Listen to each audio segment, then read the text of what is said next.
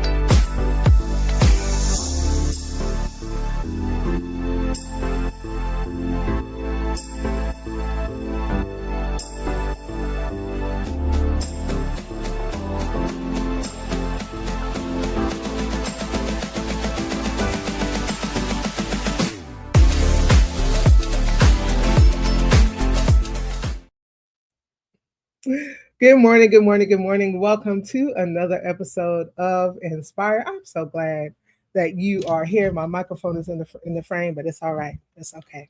I'm not gonna be anal today. Welcome, y'all. I see you coming in on all of the social media platforms, on Instagram and LinkedIn and Facebook and on YouTube. And so if you're joining us from any of those places, or you'll be catching this in the replay or listening to it later, I welcome you. Thank you for hanging out with me this morning. I'm your host, Sue A. Webley. I'm an author, producer, minister, and entrepreneur. And I believe in the power of words, wisdom, and witness. And that is what Inspire is all about. So each Saturday morning at 10 a.m., we host space for honest, soulful, and often transformative conversations with guests from all walks of life: entrepreneurs, artists, thought leaders, organizers, and everyday people who are living boldly and authentically. We explore topics that matter, from mental health and identity to faith, business, justice, creativity, and healing. So whether we are spotlighting an amazing community leader like our guest today, or celebrating personal triumphs, Inspire is rooted in the power of story and the belief that when we speak our truth, we light the way for others. I want to invite all of you who are coming in. If you're not already connected and followed, and you haven't already liked and subscribed, I want to invite you to do all of that. We are Inspired with Sue W on Facebook, Instagram, YouTube, and on TikTok. And if you want to go ahead and head over to our website at www.getinspired.live, you can learn all about the show, watch all of our previous episodes, and subscribe to our newsletter, because we don't want you to miss a thing on Inspire. So again, I'm going to ask you to share. I'm so excited about our guest today. Hey, Instagram, I see y'all. I'm so excited about our guest today. And we're going back to YouTube. We are separating. Thank you all for those of you who still follow us on Carrot Solutions LLC, but we are kind of isolating Inspire. And so please go over to Inspire with Sue W on YouTube and go ahead and subscribe. If you're watching and you are so inclined, I want to know what you're sipping on this morning. You know how we do in Inspire. Okay, what you got in your cup? Well, first of all, I got my Inspired Change tumbler, because it's a travel mug. So I'm going to take a sip. Y'all know I got coffee in my cup, so I don't even have to explain that. But what do you have in your cup? Is it water? Is it tea? Is it a smoothie? Is it orange juice, apple juice? Whatever you got in your cup, share that. Share where you're watching from. Share what you're sipping on. And listen, if you got something strong in your cup, I'm not judging you. Go ahead and share that too. So let me take a sip.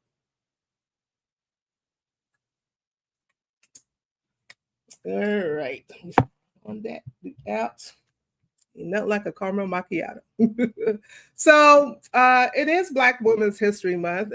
Those of you who don't know, it is Black Women's History Month, and we are celebrating Black Women's History Month here on Inspire. Shout out to Sha Battle, who is the founder, the curator, the creator of Black Women's History Month. And this year's theme is sharing our stories, honoring our legacies. And I think it's a powerful theme in any year, but in this moment, it feels especially urgent across the country. Hundreds of bills that have been introduced that target trans and gender expansive people, with Black trans girls and women facing some of the highest risks of violence, erasure and harm. And at the very same time, Black women in any arena, from the pulpit to the classroom to the streets, are still doing the work of holding communities together. We know how to hold a community together, right? Pushing movements forward and imagining futures where all of us can live free. That's very womanist. That's very womanist. So when we talk about honoring Black women's legacies, we cannot only mean the ones whose names make the history books. We have to honor the Black women and femmes who are fighting for our lives in policy spaces and healing circles and mutual aid networks, and in the quiet corners where people come to them broken and leave a little more whole. This is our guest today. Our guest today embodies that work. Nala Toussaint is an organizer, a healer, an educator, and a faith rooted activist whose life is devoted to the liberation of Black women, girls, and queer and trans communities.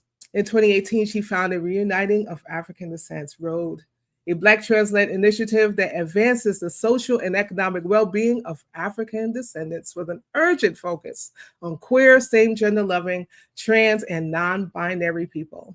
Through Road, she has helped lead mutual aid efforts across the US and Africa, supported the acquisition of land in Uganda for safe housing and sustainability for trans women, and created sacred spaces for prayer, ritual, and organizing that reconnect us to one another and to our ancestors. And so today she happens to be MIT Nala. We happen to serve in the same church, but we're not talking about titles today. We're not going to talk about titles today. We're talking about the moment that Nala said yes to this kind of work, about the journey of naming her own body and her own womanhood in a world that tried to name her for her, about healing that makes room for rage and grief, joy as a strategy for survival, and what it takes to build a future where Black, trans, and queer people are not simply surviving, but fully living. So, if you care about Black women, Black girls, Black trans, and queer folks, if you want to move from awareness to action, which is what we want you to do here, this conversation is for you. So, stay with us. When we come back, we'll be joined by the founder of Road and a powerful voice for healing and liberation, Nala Toussaint. Trans people have offered this world healing before time. Yes. And in time and beyond time. We have been healers, yes. We have been healers. Our names have transitioned over centuries. We so happen to land on trans because it's something that, scientifically can now be researched. People can put a name to it. And now we have identification. Now we have subgroups. Now we have categories. But before any of that, we have been positioned in great deal of leadership and great deal of holding sacred to not just women, but to leaders, being leaders ourselves, and beyond, being shamans, being seers. I love that clip. Unmute yourself and say hi to the people. Hello. I'm so happy. I'm so happy. First of all, I am sipping on something. So it's a good thing. I was starting with the wellness of some mud water. So and thank you for sharing that clip. That clip meant a lot. There's so many moments in sharing spaces that has meant such great significance to me, but that moment, as well as recent policy has come up, I felt very, very safe to be sitting across from someone who I've shared leadership spaces with, and to have a mirror of what is possible, or that we get to keep enduring and pushing forward. It was good to have that synergy. Yeah. And I felt that through the screen. So I always, stalk the social media pages of our guests to kind of pull stuff, and that was the first clip that I saw, and I was like, yes, that's it, that's the one that I want to, because I think it speaks to so much of what we're going to talk about today, right? And yeah, so let the people know before we get into our conversation. Let the people know what is mud water if they don't know that. Okay, so this was given by a good sister friend of mine, and she, is mud water is like a mixture of like mushrooms and cinnamon, turmeric, chai. I'm looking at the bottle, so it's like black tea, ginger, cardamom, clove, nutmeg, black pepper, cacao, lion's mane, cordyceps, chaga, reishi, and cinnamon, turmeric, and Himalayan salt. I know. Listen, It's I all of feel that like in if the you, powder and you mix it up. I feel like you just glow after you drink that. Like Well, anything that's there goes the in secret. part of it. There goes the secret. Anything that's alien news has got to flee. Listen, shout All of out to that stuff Morticia Godiva for her glow. Yeah, she's a great she has so much talent, but my sister friends. There's nothing like Yeah, having black women and black sister friends who can hold you in all the ways, from health to mentally and to skin and beauty. So we love it. Yeah.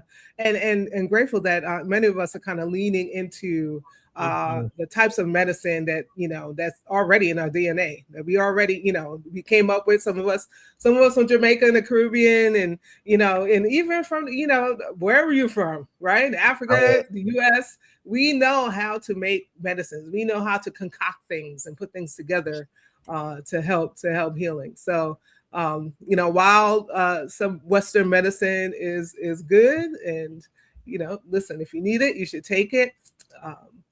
I highly recommend that you also incorporate some of those other, some of our practices that we have kind of lost.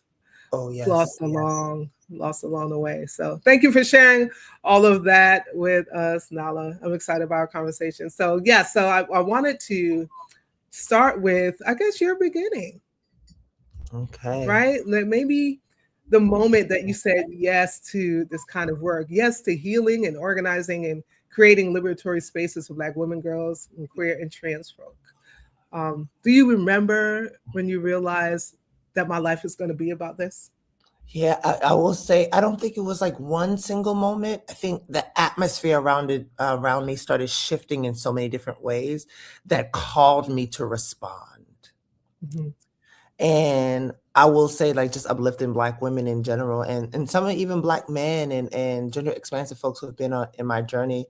It was the Delta Sigma Thetas. It was the AKAs. It was the Black single mom on my block, watching their pain. It was the Black femme being bullied off the bus. It was different. It was so many moments of just seeing the struggles, like the principal struggles from systematic oppression of Black folks, and then this desire and the knowing of thriving. And so there was so many sacred interruptions, so many moments where I realized I couldn't unsee harm.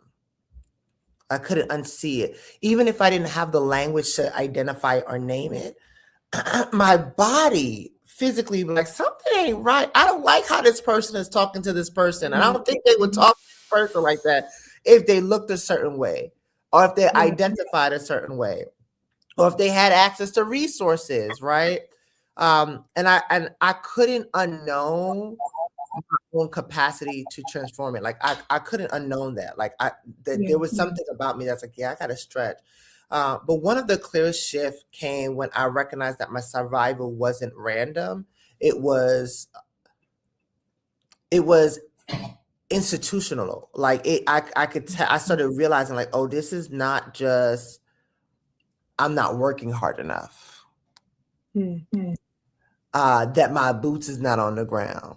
Like it wasn't. There was something more. That my life, my body, my story were not just things I endured, but there were tools that I could use to create a space where others didn't have to suffer in silence. Saying yes meant choosing purpose or permission. And it changed me by asking to show up. And I think one of those moments was there was particularly Rivers of Living Waters was doing a youth retreat. And this was way back, I think, 2017.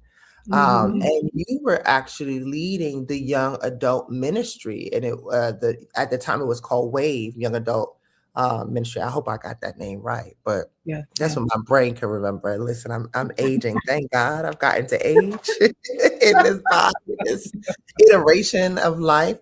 Um, and there, I had just came back from South region of Africa, Botswana,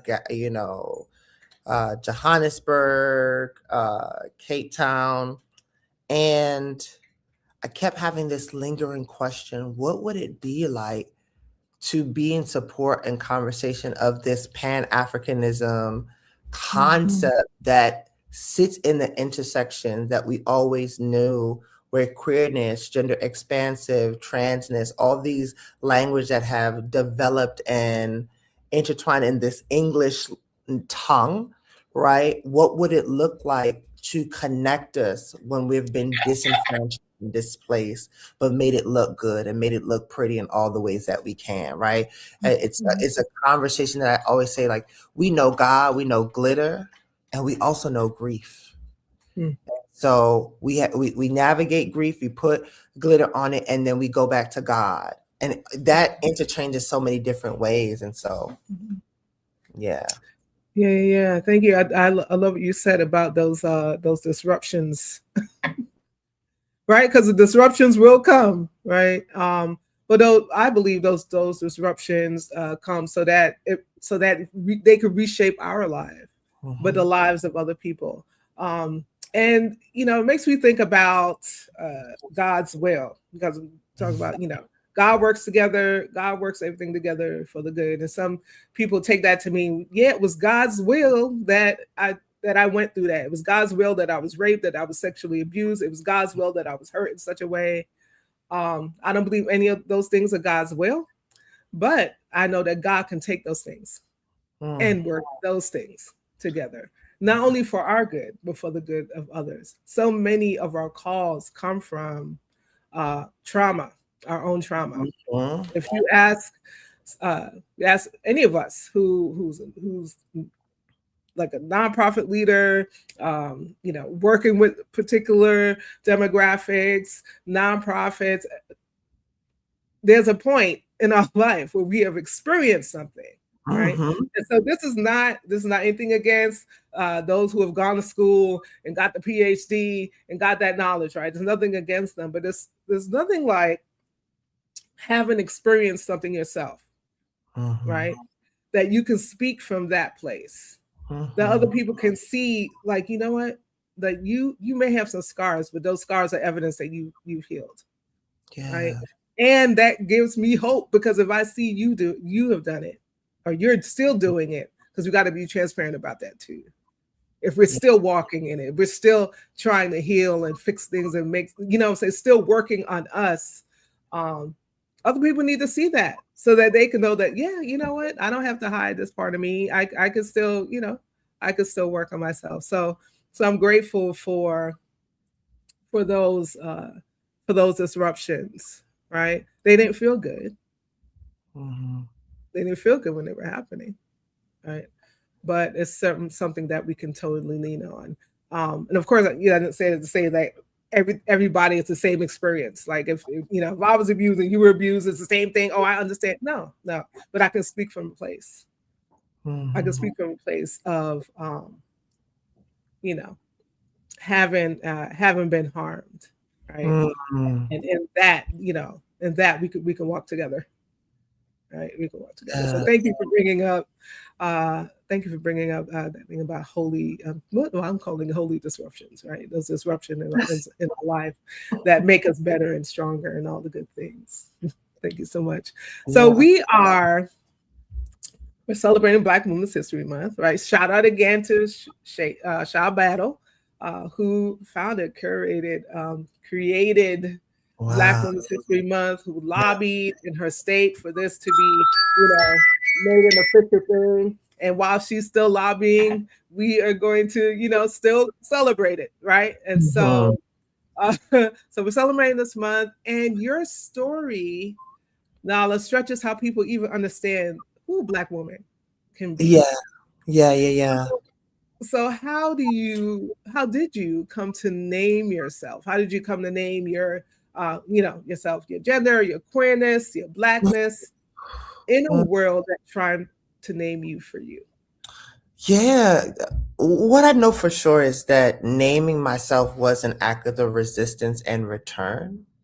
Uh, that feels the most that I could say in those ways. Like this world that we exist in has so many projections, and we participate in them, all of us, Mhm, and mhm, and not recognizing that sometimes we get moments to interrogate them. But this world is full with many projections about our gender, about our blackness, about our worth. Um, but I had to sit with what felt true in my mhm, body, in my spirit. I think African cosmology and women that I have been around, even seeing my mother navigate the system of being a migrant coming to, from Jamaica here as a mhm, teen, experiencing racism that be so embedded in her DNA and her core of heartbreak and fear.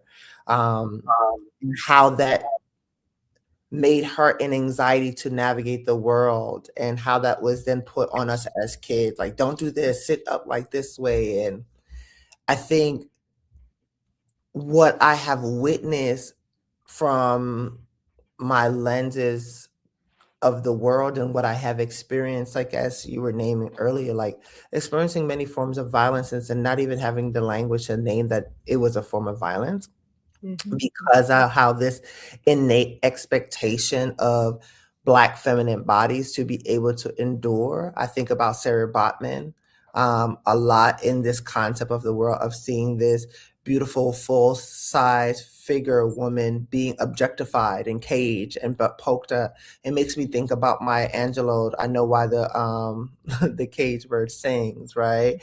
I think about those concepts and what is actually trying to be emoted through words when we're trying to find out and identify so that folks can be invited in. This is what I'm experiencing. So naming myself came from the resistance, the return. It came from really wanting to be in a place of what it means to be loved, right? mhm, My name given to me in meaning, from my mother's wound, and her consciousness was that my name meant beloved of God.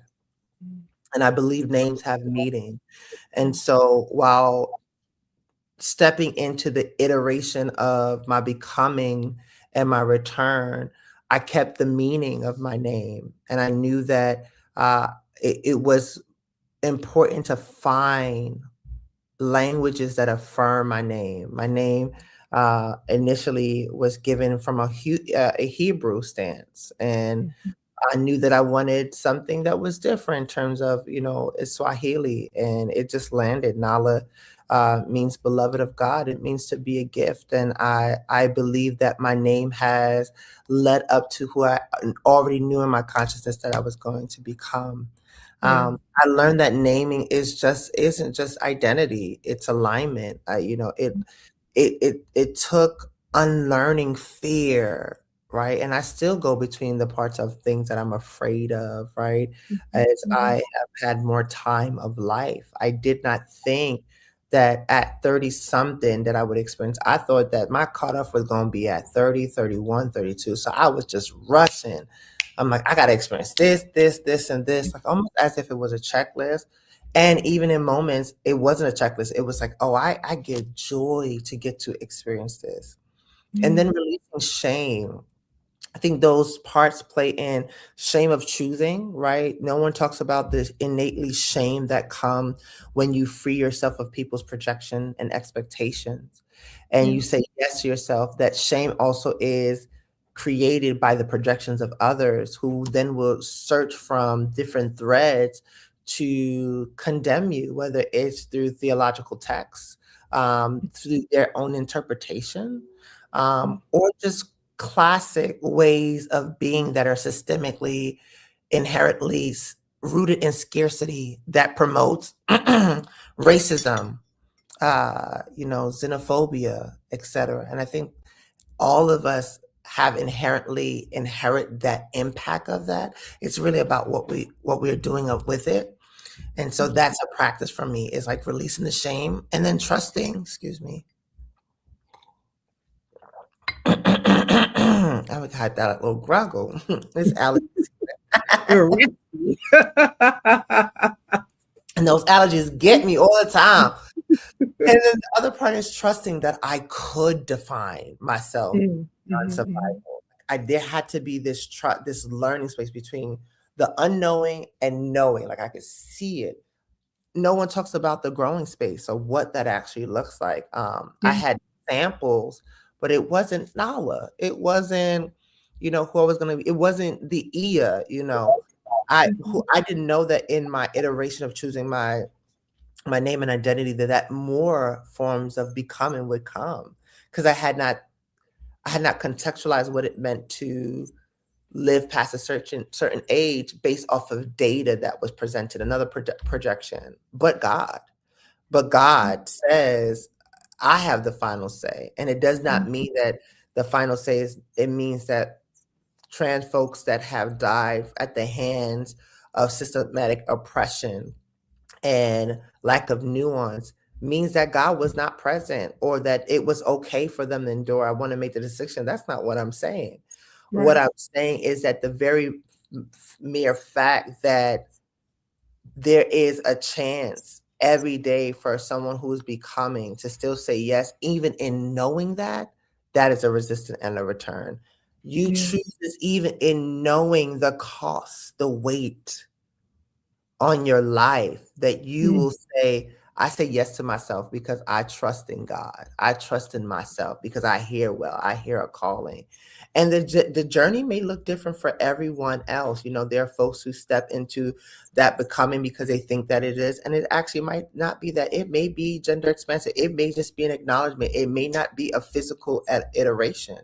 For me, it was a survival. And now I move through the world knowing that my existence expands what's possible for others. And I think that alone feels good. That alone feels sacred.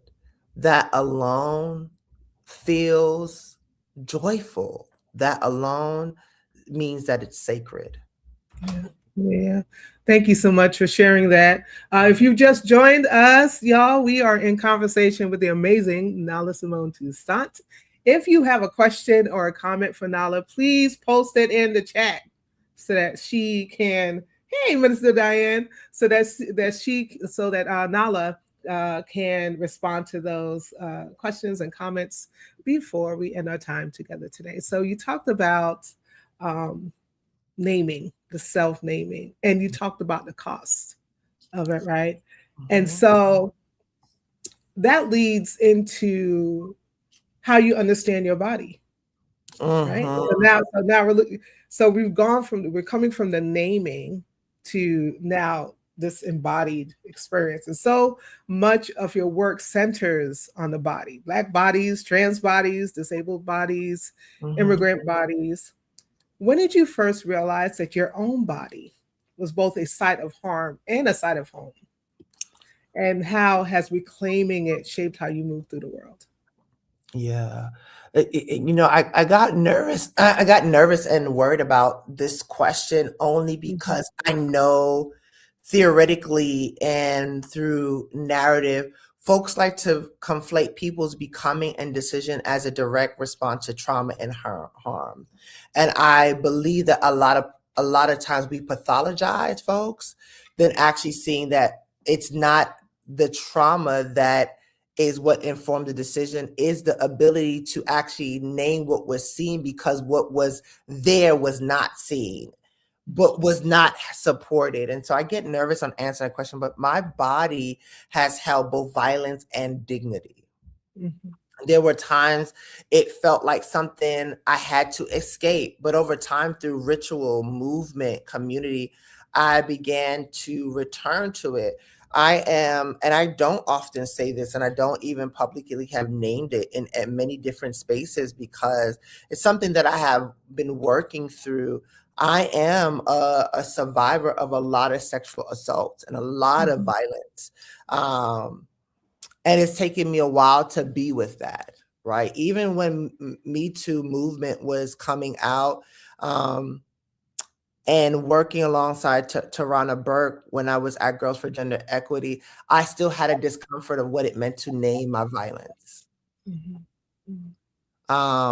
And also integrate how in the ways that I participate, right? And not knowing these core concepts around care, around body autonomy, consent, etc.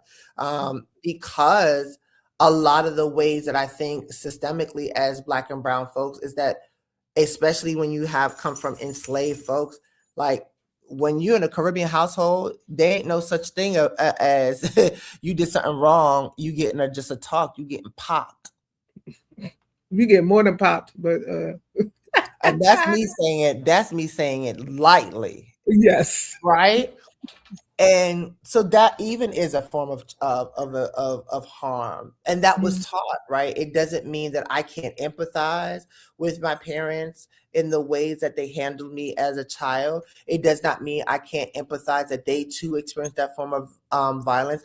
And it's also get to say that not in this iteration, not in this generation. Not my decision to break through is to constantly integrate the ways that harm shows up in my body, out of my afouche, out of my mouth, right? In my consciousness, what is taking over me. And it's a living work and testament. And it requires so much endurance. Yeah. But over the time, I think I see those rituals in Yoruba cosmology. I see those rituals in, Bakongo cosmology. I see so much different ritual that I could find myself from an African center practice, that becoming is always a ritual. Yeah. It's not an either or. I can see it in biblical text that becoming is a ritual of endurance, a holy defiance, right? I also see it as not something as broken, but something that's sacred. Reclaiming my body has taught me that healing isn't about erasing what happened. It's about transforming my relationship to myself. Yeah. So now I move with one more intentions, softness. Not saying that inherently Black women need to be soft. See, there are distinctions, right? Because I also know being in a feminine body that is curvy, that is plus size, or even fat to some, depending on whatever your language may land on. I know with all of those categorization, there is someone innately calculating how they get to treat me. Therefore, there's an expectation, and I like to talk about the mammying, right? The body, the violence that Sarah Botman is that when we look at plus size fat body, we already presume them to mother. We already presume them to be soft. We already presume them to endure these level of pain, neglect, betrayal, violence, right? And so for me, I reject all of it after getting clear through somatic therapy and work that it does not mean because I am in this state of body and becoming that I need to fawn for survival. Yeah. I shouldn't have to fawn because I'm afraid of someone treating me wrong because of the color of my skin. And so when I say softness, I'm not saying that softness is something that Black women have to choose. It's actually they get to have it because they actually are experiencing level of safety. And when the container is not there, I give every Black woman permission, and they as they give themselves to have rage and anger. Yeah. Yeah. To have rage and anger because it's justified in ways. And also, how does it land? Does it actually help you come back to yourself? And if it does, then we honor that. Or does it actually add more tension in your body embrace? And so that softness is what I'm saying. Like being more soft is actually seeing how does rage and anger metastasizes my body? Does it cause me illness? And then having more authority over my skin. Yeah. Like, I don't want to always perform to show up. You know, there's something like, and I don't want to use Alicia Keys in this one, but like when she decided not to wear makeup, like, yeah, good for you. You made that, and you don't have to perform. I don't want to be a commodity or a product to folks just because I'm a Black trans woman and folks are trying to find understanding. And so therefore I have to put on all the time for folks to digest my becoming who I am. Why not take this form? The not always having together, the not always well, and trust that hopefully give permission to folks who are not well, who are navigating body harm, who are just getting out of a sexual assault, that they're okay to not have it together. And those were the times that I needed it. There are many times that I had just experienced violence, whether it was being on the Breakfast Club. And after being on the Breakfast Club, Black women just stopping me and saying the most heinous things, right? Or people wanting to know what body parts I had. Just generally, we don't even have a relationship like that. And you feel inclined to know what I have between my leg and how I use it and when I use it. Or people feeling it okay to grope me. Or people feeling okay to squeeze my breasts to see if my breasts are real. Or people poking my butt. I name these things because I can, because I need people to hear how insane it is and how comfortable we have felt to objectify the Black body. That has been a normal thing when it does not look like what we think that it should be desired to look like or feel. That we have a raw conversation around what consent looks like, what care looks like, out of the gaze of our own sexual explorations or curiosity or etc., that we don't realize that there are boundaries with care. So those lived experience has helped me these past, the COVID and everything, to really be in conversation with myself, to put on weight that is in stress or depression, and name that I have not been well. And I'm not well because I've endured violence. I'm not well because for 30-something years, I've been fawning and smiling and being on stages, making it look good in hopes that you all can hear a story of someone who is normal, so that you all will figure out a way to stop killing Black trans folks. That does nothing for me. That endurance, when I say does nothing for me, because behind it, it's I'm still left with the wound, right? No one says, hey, let me afford you therapy after you experience that. And a lot of these times it's in institutions, and we don't often have infrastructure. But what I am grateful for is that I'm seeing Black women who sit in the intersections of harm, identity, and radical change are creating them across the identity spectrum. Black non-binary, two-spirited, even Black trans men are a part of the conversation of what it means for the body to endure harm, what it means for us to need a different container than the one that we've been given. You have laid so much, so much. You've put so much right here into this space. I want to sit with it just for a little while we take a break, for you to take some more sips of your mud water. We will be right back with more conversation with Nala Toussaint.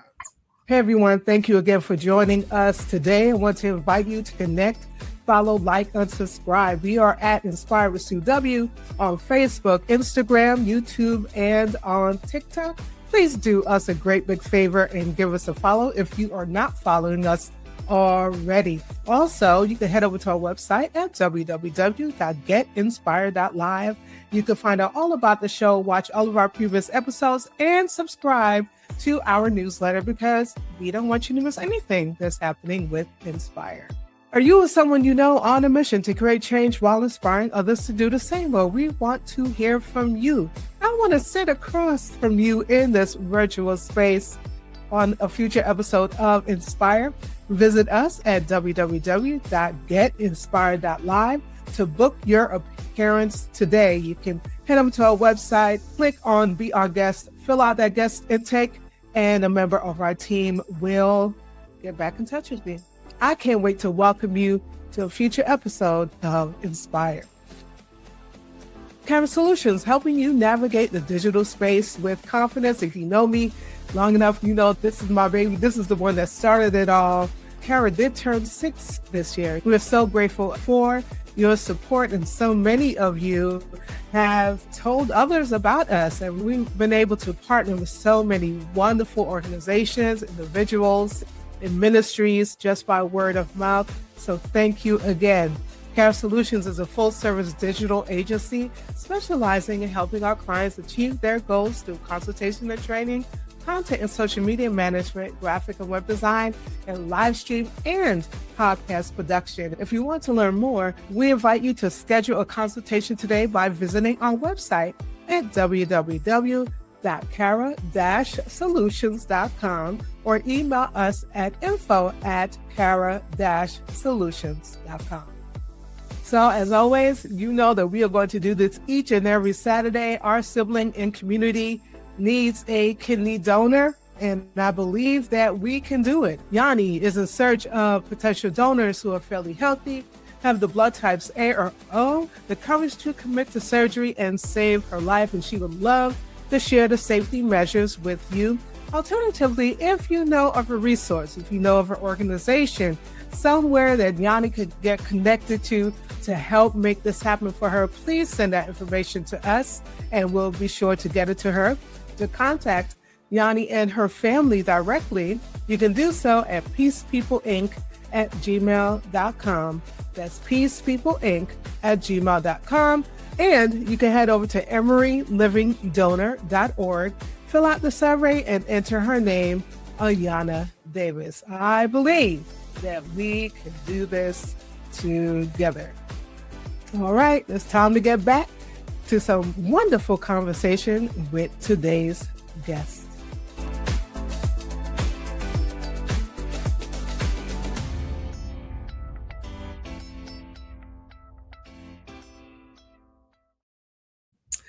Welcome back, everyone. Welcome back, Nala. It's just been such a wonderful, we've been having such a wonderful conversation so far. And I thank you for saying yes to hanging out with me this morning.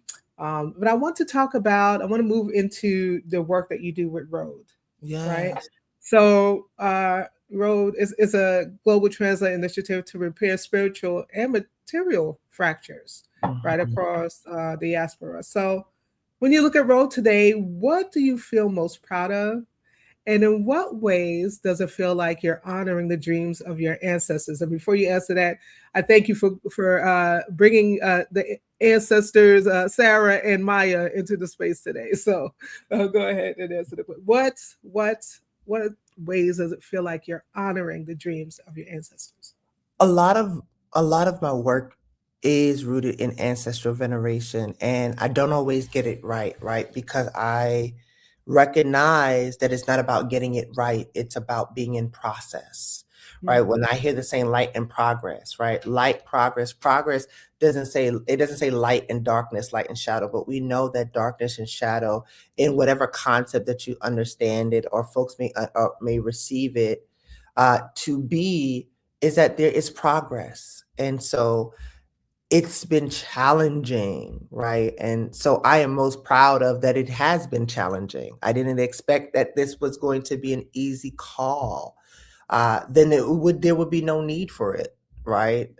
This ancestral veneration work is rooted in neglect. It is rooted in displacement. It is rooted in recognizing that we have been on a chattel slavery, and we come from those generations of people who have experienced those levels of violence and harm in our DNA.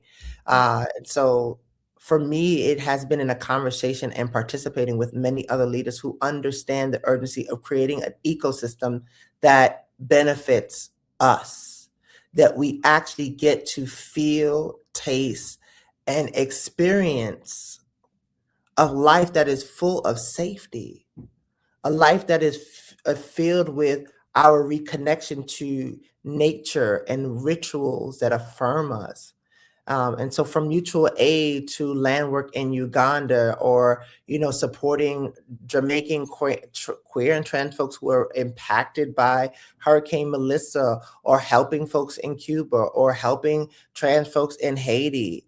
A lot of that work was rooted in just meeting the urgent need, and it came with a cost.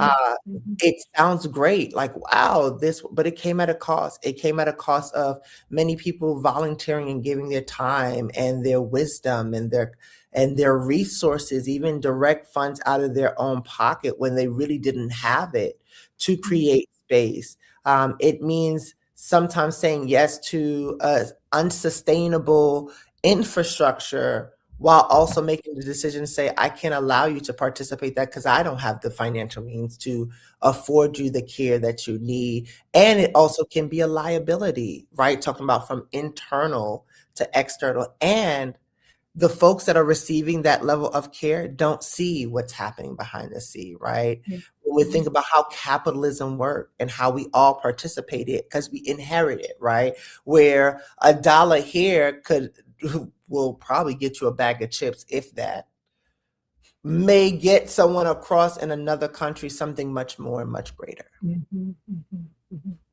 Yeah. And how that currency keeps us from caring for each other, right? And then we're reaching for our goals, and rooted in what? And so the accomplishments that I sit with is land reclamation, which was hard.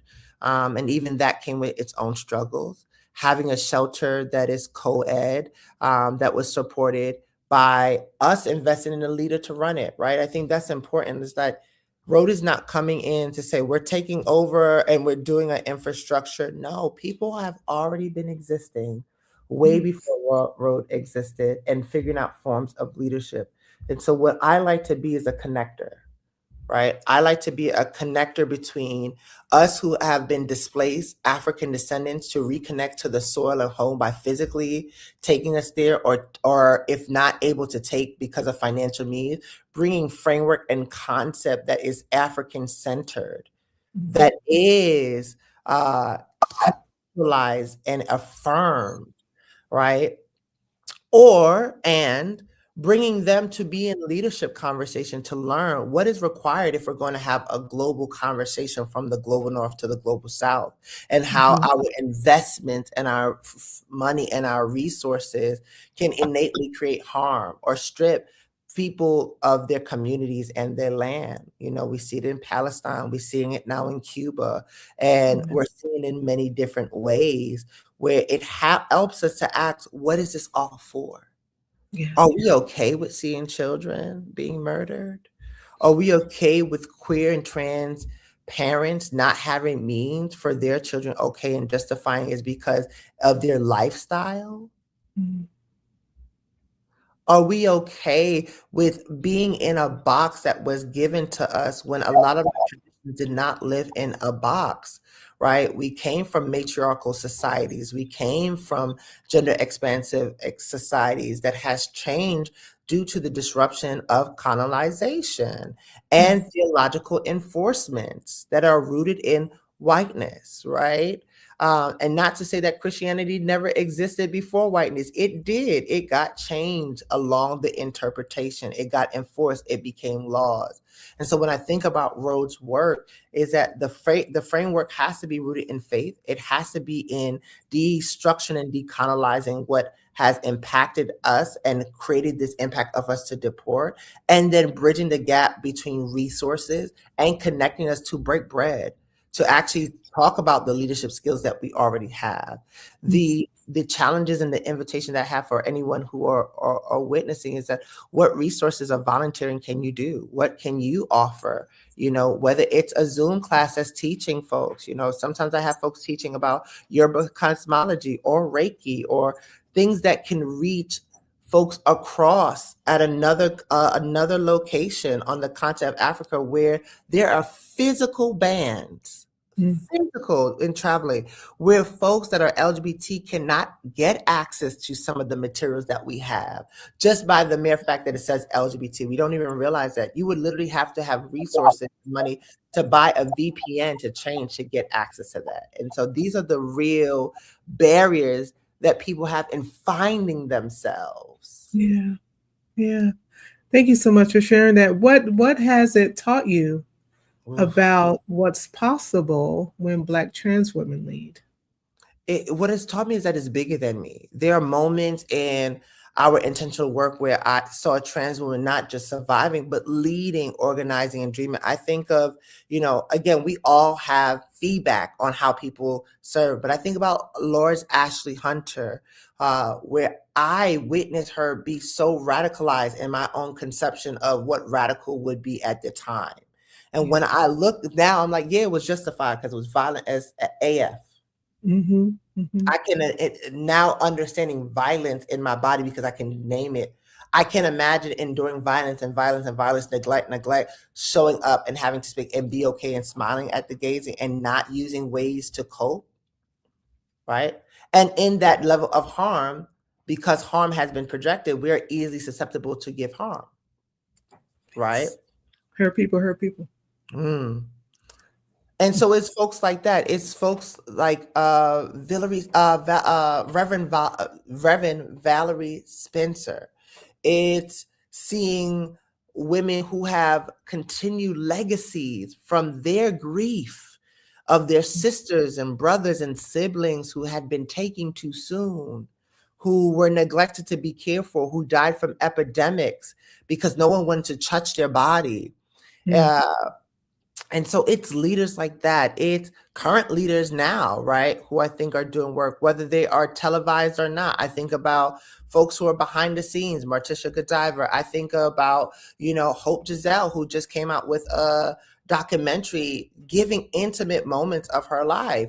I think about, folks who are in different areas. I think about Dominique Morgan. I think about Tila. I think about so many different. I think about Milan, Coco Jones. I think about Katrina. I think about the women who helped mold Daniela Carter, Janet Mock, Laverne Cox. I think about the women who helped me get a sense of understanding that could promote safety and endurance. Yeah. I think about that. I think about that. The ones who are leading, organizing, and demanding. I think about, and I realize that it isn't about me creating some time. I think that's also the truth. It's not always about me creating something. It's about unlocking something that has always existed within us. It's taught me that when Black trans women are resourced and trusted, we don't just participate, we transform the entire systems. And I'm excited about seeing our capacity increase when it comes to Black expansive folks in different bodies and shape. I want more conversations about non-binary folks. I want more conversations about Black trans men being able to name the inherent violence that they experience that have been suffocated because they have chosen manhood. I think we have a capacity as Black and brown folks, as a village, as African-centered village, to be in a circle to hold it all because we understand pain. And if we sat in a circle, we all have experienced a level of pain that is hurtful, and pain is pain. Yeah. And we don't have to be in that oppressive level of who's more. It's just like, with that pain, how can I hold you? How can I help you? I'm also in pain, and I got capacity to make you tea. Let's sit down and drink this tea together. Yeah. Oh my goodness. Whew. I love it. I love it. You called the roll. So thank you for bringing all of those sisters into this space as well. Can't believe like our time is just about up, but I need to access. And I feel like we need a part two because there's so many things I wanted to talk about that I didn't. But let's talk about joy, because we love to talk about joy. We believe, that joy is resistance, and so I think that as a black woman, as a black woman of trans experience, right? Uh, Joy can sometimes be kind of framed as a miracle. Like people don't expect you to have joy. We see there are many, and I'm trying to put this lightly because I believe there's cause for the anger. I think some people experience black trans women as being angry all the time, Mm-hmm. right? But could you talk about joy as a practice and a strategy? Mm. Yeah, that's good. That's good. That's good. That's so good. Joy for me is intentional. It is in the small things. It is in music. Like as I close, I think I have sacred memories that I have Mm, locked in my mind in my meditation that I go to. Uh, and music and laughter and beauty is one of them. It's also rest when I get to it. I really just pause and just say, I trust in God to take care of it when I can't anymore. It's choosing to experience pleasure. mm, Mm, pleasure even when the world feels heavy. It's the joy that reminds me that I'm alive, beyond my labor, yeah, beyond my labor. It is it is not distraction from the work. It's what sustains me in it. That's yeah, what I would say about joy.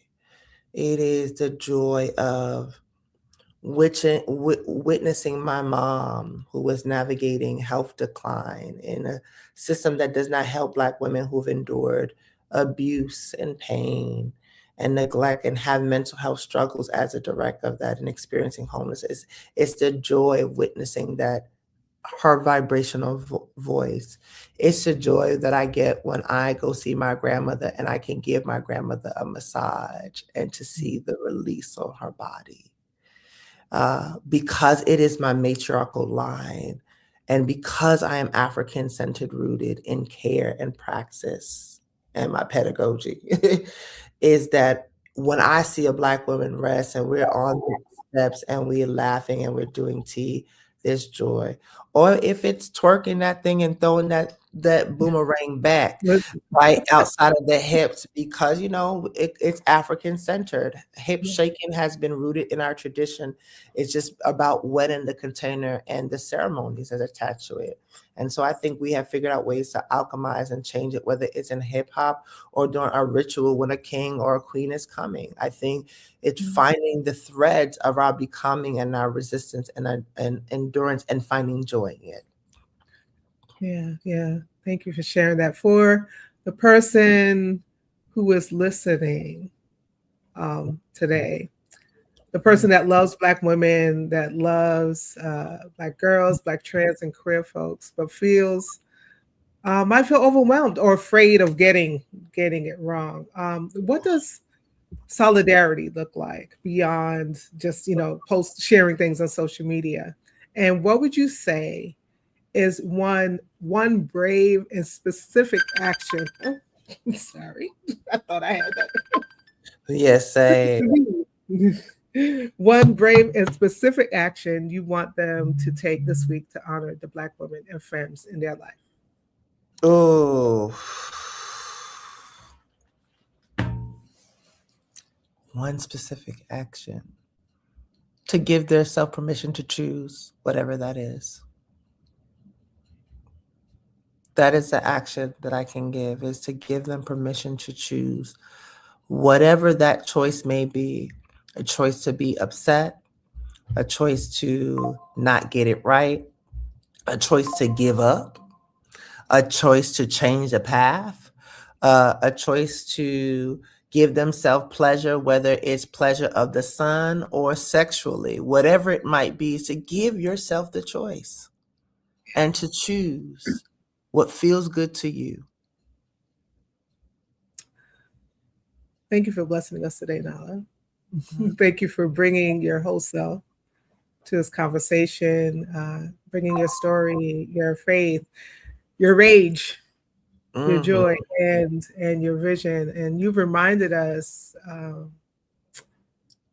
that honoring Black women also means honoring Black trans women, Black Mm-hmm. queer women, Black girls, those whose lives are often at the greatest risk and yet whose leadership is transforming our world. So thank you We to have everyone watching. Yeah. Yeah, go we have ahead. we have a lot of threads in common, though our path to womanhood may look different. There is commonality and difference that can all be sacred and honor. And difference does not mean attack or tear down. And I think that's very important from all forms of the spectrum of how we approach care with one another, whether Black trans women or a Black trans or gender expansive person to a Black cis person. It doesn't matter how those show up. It's about how are we caring for each other? How are we holding the mantle of caring? Because if they come for me, they come in for you. And if they come for you, they come in for me. And that's how I see it, right? And that our differences actually give us a way to ask the question, how do I get to handle you with care? Mm, yes. Tell the people where to find you. They can find me at www.nala, Nala, Toussaint, TOUSSAINT.com. And please sign up for our Liberation Circle. There is a lot of resources that come, and when I get them, I get to share them out or put them in my platform or Linktree. So sign up so that you can get some information. I Yeah, appreciate sign up so you get some information. For those of you who are watching or listening, I hope you heard an invitation today, right? I hope you heard an invitation to name your own body as home, to make room for both your grief and your joy, right? I pray that you heard an invitation to move beyond performative allyship and into real everyday solidarity with Black women, Black girls, Black trans, and queer folks in your life. And so if this conversation stirs something in you, please share it. Share it with somebody else. Share it with someone who needs to hear it. And sit with the action step that Nala offered. And also ask yourself, what is my part in making that future real? What's my part in that? What's my role? So I am Sue Webley. This has been Inspire. And until next time, I want you to stay lifted. I want you to stay motivated. But most of all, I want you to stay inspired. Thank you so much, Nala. Thank you. Thank you. See y'all next week, everyone.